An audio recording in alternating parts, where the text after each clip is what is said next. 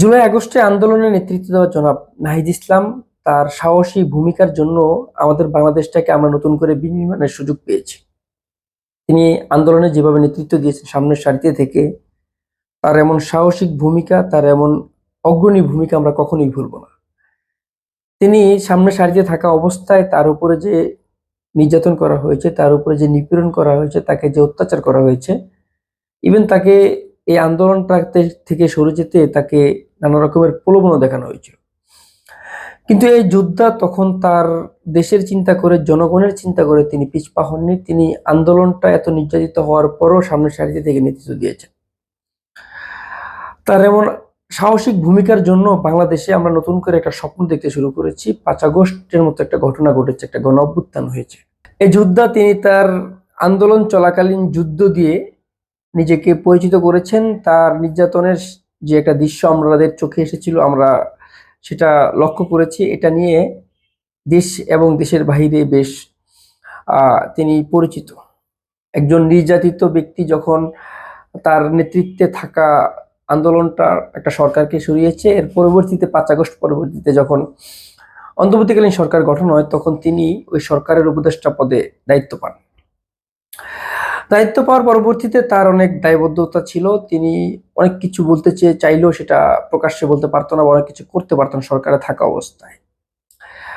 একটা আন্দোলনের নেতৃত্ব দিয়ে নিজেকে এমনভাবে গড়েছেন এই নাহিদ ইসলাম। তার নেতৃত্ব দেওয়া একটা বৈষম্য বিরোধী আন্দোলনের যে প্ল্যাটফর্ম তৈরি হয়েছিল, বা দেশব্যাপী যে তিনি একটা আন্দোলনের ঝড় তুলেছিল, তার এমন সাহসিক ভূমিকার জন্য তিনি প্রশংসার দাবিদার। সেটা আমরা তার এই ভূমিকা কখনোই ভুলবো না।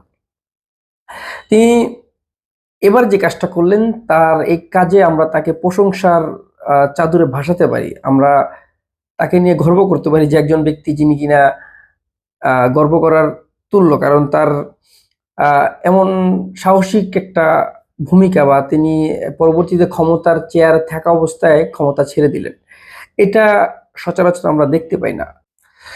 তার নেতৃত্ব গুণাবলী আমরা দেখার জন্য অধীর অপেক্ষায় ছিলাম, বা তিনি যে আন্দোলনটাকে যেভাবে নেতৃত্ব দিয়েছেন 5 আগস্ট পরবর্তী তিনি যখন সরকারে বসেন, সরকারে বসার পর থেকে নানা রকমের তাকে নিয়ে কথা হচ্ছিল। তিনি তার স্পেস থেকে তিনি যথেষ্ট সরকার থেকে জনগণের জন্য করার চেষ্টা করেছেন।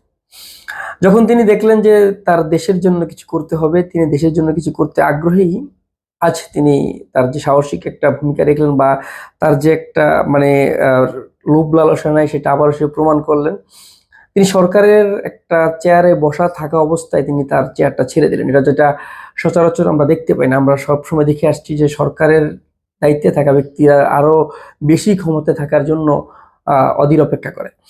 কিন্তু জনাব নাহিদ ইসলাম যে আজকে যে ভূমিকাটা রাখলেন, তাকে আমরা নিয়ে অবশ্যই গর্ববোধ করি। তিনি একজন আহ রাজনৈতিক ব্যক্তি হিসেবে নতুন করে যে মানুষের কাছে পরিচিত হবে, তার জন্য সেটা একটা ভালো ক্যারিয়ার গঠনের সুযোগ থাকবে।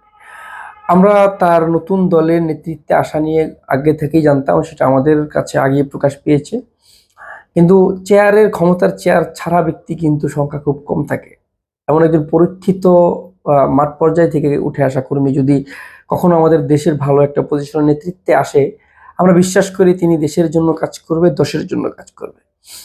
জনাব নাহিদ ইসলাম আজকে যে অন্তর্বর্তীকালীন সরকারের পক্ষ থেকে থাকা অবস্থায়, বা তিনি সেখান থেকে পদত্যাগ করেছে, এটা তার বড় একটা অর্জন। বা তিনি জনতার কাতারে ফিরে এসেছেন জনতার হয়ে। একজন জনতার নেতৃত্ব দেওয়া ব্যক্তি যখন জনতার কাতারে ফিরে আসে, সেটা খুব আনন্দের, বা সেটা উৎফুল্লের একটা জায়গা তৈরি করে। আমরা জনাব নাহিদ ইসলামের জন্য শুভকামনা জানাই।